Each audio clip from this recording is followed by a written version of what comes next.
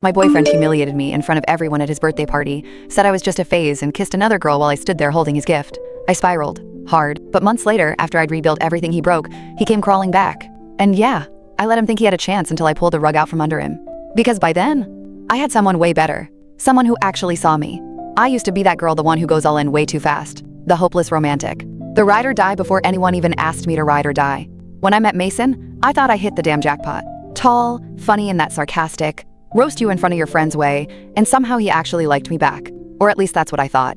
We met at this dive bar downtown during my roommate Bella's birthday. He was a friend of a friend, all leather jacket and fake deep Spotify playlists. We ended up sitting on the curb outside at 2 a.m., eating greasy pizza slices and talking about aliens, trauma bonding, and whether pineapple belongs on pizza. For the record, it does. From that night on, we were inseparable. Like, gross, annoying, couple filter on Instagram inseparable. He'd pick me up from class with oat milk lattes. I'd make him playlists with cringe titles, like For the Boy Who Makes Me Feel Like Sunshine. Gag, I know. But there were cracks. Little things. The way he'd joke about my outfits. Or how he'd ignore my texts for hours, then act like I was needy. He never introduced me to his parents, and always had some excuse for why we couldn't go to his place. Looking back, it's so obvious. But when you're in it, you're blind as hell and just vibing in Delulu land. Anyway, flash forward about 9 months. Yeah, 9. I was that deep.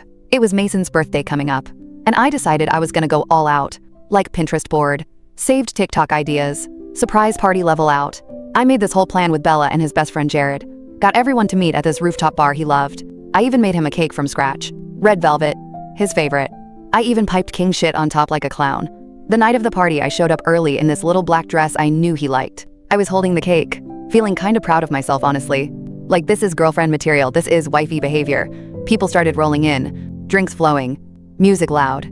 Mason was late, obviously, because of course he was. Finally, he shows up, and I swear to God, he doesn't even see me at first. He's with this girl. Some petite brunette I'd never seen before, laughing like they're the stars of a rom-com. I try to play it cool. Maybe she's a coworker. A cousin? LOL, I wish. Then it happens. He looks around, sees the setup, the decorations, the literal cake I'm holding, and just laughs. Like, really laughs. Points at me and goes, "You didn't seriously think we were exclusive, right?" Dead. Silence. I'm frozen. Just standing there, like an idiot, cake trembling in my hands. Someone actually gasps, like this is a scene out of a Netflix drama. And Mason? He wraps his arm around the girl and says, "This is Talia. She's kind of the real deal." Then he kisses her, right in front of me, at his birthday party. That I threw. I wish I could say I smashed the cake in his face, or told him off in a badass way. But I didn't. I just stood there, frozen, like my soul had left the group chat. I walked out without saying a word, left the cake on the bar, didn't even grab my jacket. And that's when the unraveling started. I cried in the Uber so hard the driver pulled over and asked if I needed a hospital or a priest. "No," I mumbled, trying to wipe mascara off my cheeks without smearing it even more. Just heartbreak. He handed me a napkin from his glove box and said, "Been there." I didn't ask questions. When I got home, I collapsed on the floor of my bedroom. Still in the black dress, still smelling like tequila and vanilla frosting. I stared at the ceiling fan going in lazy circles and thought, this can't be real. There's no way this is real life. I texted Bella just one word, "Why?" She called instantly. I didn't even say hello. "Girl." I had no idea, she said, voice trembling. Jared swore Mason was single. Swore. I would have never helped plan that if I knew. I'm so sorry. I wanted to believe her. But trust? That thing shattered into 1,000 razor-sharp pieces the second Mason kissed that girl. Over the next few days, I went full ghost mode. No Instagram, no Snap, no texts. Just me, my bed, a pack of tissues, and the world's most depressing Spotify playlist. Seriously, if Adele and Phoebe Bridgers had a breakdown, baby, that was the vibe. I rewatched old videos of us. Little clips of him dancing in my kitchen, pretending to be Gordon Ramsay while burning eggs. Voice memos where he said he missed me. All lies. All of it. And then came the spiral. The questions. Was I not enough? Too much? Too clingy? Not pretty enough? Was it the way I laughed? The way I dressed? My brain was an echo chamber of insecurity. Every memory felt poisoned now. Like I'd eaten something sweet, and then found a bug baked inside it. The worst part? The silence. Mason didn't text, didn't call, didn't even block me. Just acted like I didn't exist. Like I'd never been in his bed, in his life, in his heart. Bella begged me to go out. "Let's get drinks," she said. "Let's get revenge hot." I wasn't ready. Instead, I started journaling. Ugly, messy, furious pages. I wrote down every dumb thing he ever said. Every time he made me feel small. I found screenshots, receipts, things I ignored. It was like piecing together a crime scene.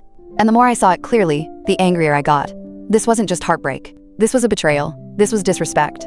I didn't just lose a boyfriend. I lost the illusion that I mattered to him at all. And yet, somewhere in that black hole of sadness, a flicker of rage started to burn. Quiet at first, but real. Because if he could move on that easily, so could I. You know that moment in a movie when the girl cuts her hair and starts dressing like she doesn't give a damn? Yeah, that didn't happen. At least not right away. What did happen was way less cinematic and way more real. I stopped brushing my hair, ate instant ramen at 2 a.m. like it was a delicacy, slept in a hoodie that still smelled like him because I was too tired to wash it. But one night around 3:47 a.m. on a random Tuesday, I hit this weird turning point. I was scrolling through Mason's Instagram. I know. Rookie mistake. He'd posted a pic with her, Talia. The caption? Glad I found you. Like I was just a warm-up act for the main event. Like I was a damn test run. Something inside me snapped. Not like, /his tires snapped. More like, I am not about to let this crusty man ruin my glow-up snapped. So I threw the hoodie in the laundry. I deleted his number. I chugged some water like I was flushing poison out of my system and whispered to myself, girl, get up. And I did. The next morning, I made coffee. Real coffee. French press and everything. I washed my hair. Put on lip balm. It wasn't a total transformation, but it was enough to make me feel human again. Bella came over with oat milk and a plan. We're going out Friday, she said. No room for negotiation. You don't have to flirt, just exist. With mascara on. I agreed, reluctantly. Friday came, and I stared at my closet like I was choosing an outfit for battle. I finally settled on this deep green dress that hugged all the right places. The one Mason once called a little too much. Yeah, that one. We went to this bar/lounge spot downtown. Mood lighting, overpriced drinks, way too many influencers. Bella kept hyping me up like a personal hype squad on Red Bull. And for the first time in weeks, I laughed. Like really laughed. I forgot I was the girl who got dumped via live audience. I was just me. A little broken, but also kind of badass. Then this guy came up to me, tall, sweet smile, glasses that screamed reads books and actually respects women. We chatted. Nothing serious. No fireworks. But when he asked for my number, I gave it to him. Not because I was ready for anything, but because I realized Mason didn't destroy me. He just gave me a really fed up wake-up call. And I was done sleeping on myself. So listen, healing? It's not cute. It's not just bath bombs and affirmations and suddenly loving yourself in one magical montage. It's awkward and slow and full of backslads. Like 2 days after that night out, I cried because I found one of Mason's socks under my bed. A damn sock. I held it like it was a sacred relic and then immediately threw it in the trash like I was performing an exorcism. But the difference now? I wasn't wallowing. I was moving, even if it was 2 inches at a time. I started working out again. Not because I wanted revenge abs, okay. Maybe a little. But because it made me feel strong. I even tried hot yoga once and almost passed out mid-downward dog. But hey, effort counts. I unfollowed Mason. Finally. I didn't block him, because I didn't want to look pressed. I was. But still. Meanwhile, the guy from the bar, his name was Lucas, kept texting me. Just light stuff. Funny memes, hope you're having a good day, that kind of vibe. No pressure. No weird 2 a.m. you up texts. Just consistent, kind energy. It was weird. I didn't trust it. I told Bella, he's too nice. He must have bodies in his basement. She just laughed and said, or maybe he's just not a douchebag like the last one. Touché. Lucas invited me to a coffee shop one afternoon. I almost bailed last minute, but Bella practically dragged me there herself. I wore no makeup, jeans, hair, and a claw clip. I wanted to see if he'd still be into me without the glam filter. Spoiler, he was. We talked for hours. About books, music, how much we both hated small talk. He asked real questions. Like what makes you feel safe? And when was the last time you felt truly happy? I told him the truth. It's been a while. And he said, that's okay. You'll get there again. Not I'll make you happy. Not some savior complex BS. Just support. I didn't fall in love that day, but I started to believe that maybe, just maybe, not all guys were walking red flags wrapped in cologne and compliments. But let me be real. It wasn't all sunshine from there. Because just when I started catching my breath, Mason came back. It started with a like. I posted this photo on my story, me and Bella, laughing with cocktails, that golden hour glow hitting just right. Hair curled, skin clear, looking like heartbreak never even met me. And then boom, I see it. Mason liked it. I stared at the notification like it was radioactive. Why now? Why that picture? I didn't respond. Just put my phone face down and tried to pretend it didn't matter. But of course, it did. Because 2 hours later, came the text. Hey, been thinking about you. I wish I could say I didn't feel anything, but I felt everything. My heart kicked up like it forgot what this man did to me. My stomach twisted. I literally dropped my grilled cheese. Bella snatched my phone from me like it was a cursed object. Oh hell no, she said. Block him. Exorcise him. Sage your apartment. But I couldn't. Not yet. I needed to know why. Not because I missed him, Not because I wanted him back, but because closure's this thing that messes with your brain like a drug. You know it won't help, but damn, do you still crave it? So I texted back, "Why are you texting me?" He responded almost instantly, I've been thinking. I made a mistake." "Of course you did, Mason." Then Talia and I broke up. There it was. The real reason. Not guilt. Not love. Just loneliness. He only missed me now that someone else was gone. I didn't reply. Not that day. Not the next. But the universe has a twisted sense of humor. Because guess who I ran into at a mutual friend's birthday party the following weekend? Yup, him. I walked in, already knowing Mason would be there, but I came anyway. Hair curled. Outfit flawless. Confidence locked and loaded. Bella on one side, Lucas on the other. And then, there he was. Mason, standing near the bar like a ghost from a cringy past life. Our eyes met. He blinked like he couldn't believe I actually showed up. Like I was a mirage or a memory that had gotten hotter since he last saw it. He started walking toward me. I took a deep breath. This was it. The confrontation. Mason walked up like nothing happened. Like we were just two old friends catching up over drinks and not two people with a shared trauma bond wrapped in betrayal. "Hey," he said, soft and slow, like he was easing into a hug I hadn't offered. I didn't smile, didn't flinch, just looked him dead in the eye and said, "Hey." He shoved his hands in his pockets, did that little nervous lip bite thing he used to do when he was trying to lie and make it sound sweet. "You look good," he said. Of course I did. I am good. Before I could respond, Lucas appeared right beside me. Timing? Impeccable. He placed his hand on the small of my back, calm and easy, like it belonged there. Mason's face twitched. "Oh," he said, trying to act surprised. "You're with Lucas," I said. "A friend." Okay, maybe not just a friend, but it felt good watching Mason squirm. Lucas offered his hand with a polite nod. "Nice to meet you, man." Mason barely shook it. "I didn't know you were seeing someone," he mumbled. I tilted my head. "You didn't know a lot of things." Boom. He winced, like that line hit harder than he expected. "Look, I know I messed up. That night, I was drunk. I didn't mean to humiliate you. It just happened fast with Talia. And I panicked. I crossed my arms. You kissed her in front of me, Mason. After I threw you a party. That's not panic. That's cruelty." He exhaled, shoulders slumping. "I was stupid. I didn't realize what I had until it was gone." Ah, the classic line, straight from the Toxic X playbook TM. Lucas leaned in, voice calm but firm. "Sounds like you realized too late." Mason ignored him. His eyes stayed locked on me. "Can we talk? Just us?" I hesitated. Every cell in my body was screaming. "No." But the petty part of me? The one that needed the final word? She whispered just 5 minutes, so I nodded. We stepped outside, just far enough from the party that we could hear our own regrets. "I know I don't deserve another chance," he started. "But I just wanted to say I'm sorry. Like, actually, sorry. You didn't deserve what I did. You were always good to me. Too good." I let that sit. Then I asked the question that had haunted me for months. "Did you ever love me?" He paused, just for a second, but long enough. "I thought I did," he said. "But maybe I just loved being loved by you." Oof. Honest. Maybe. But brutal. "I was never trying to hurt you," he added. "I was just stupid. And selfish. And when Talia left, I realized no one's ever cared about me the way you did. And for a split second, I almost felt bad. Almost. Until I remembered all the nights I cried over a boy who saw me as disposable. So I straightened up and said, "Yeah, I loved you. Fully. Loudly. In ways you didn't deserve. But I don't anymore." He looked like he'd been slapped. "And I'm not sorry," I added. "Because losing you made me find myself again." Then I turned around. Didn't wait for a reply. Didn't need to. Lucas was still inside. And that's where I belonged. I walked back into that party like the final girl in a horror movie, bruised, but still breathing, still hot, and officially done giving second chances to boys who break girls like me for sport. Lucas looked at me as I walked in, eyes searching. "You okay?" I smiled, really smiled for the first time that night. "Yeah. More than okay." We didn't talk about Mason the rest of the night. Didn't need to. The past was back where it belonged behind me. After that, things shifted. Not just with Lucas, but with me. I started showing up for myself, the way I used to show up for Mason. Taking myself on little coffee dates. Waking up early to stretch, instead of doom scrolling through people who didn't love me enough. Rebuilding my World 1 playlist, one mirror pep talk, one therapy session at a time.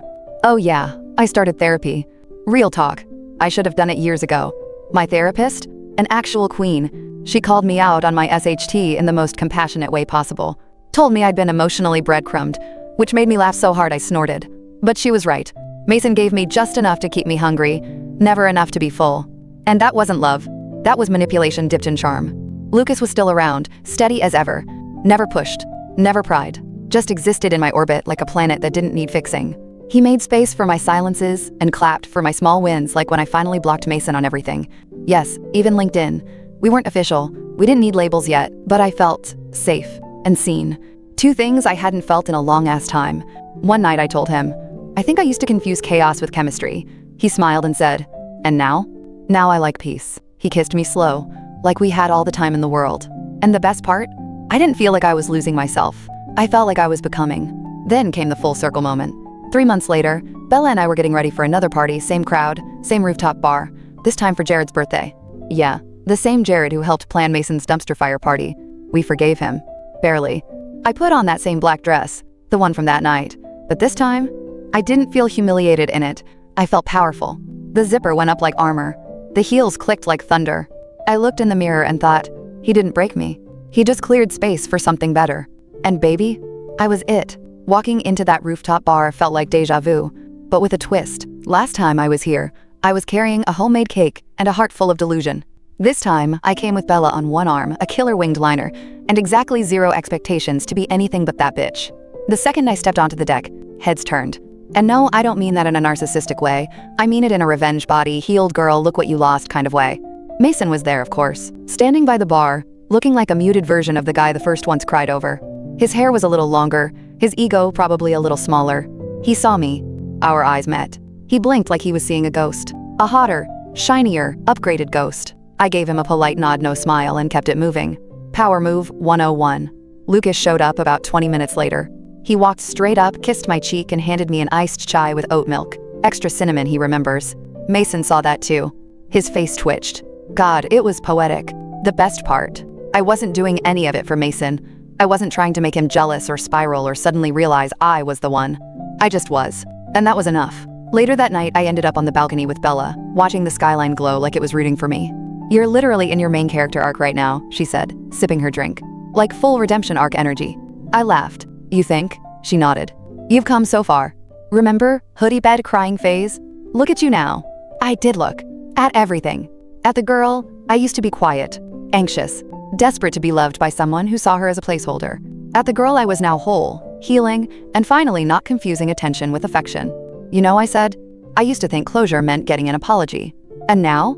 Now I know closure is realizing you deserved better all along. Bella raised her glass. To the glow up.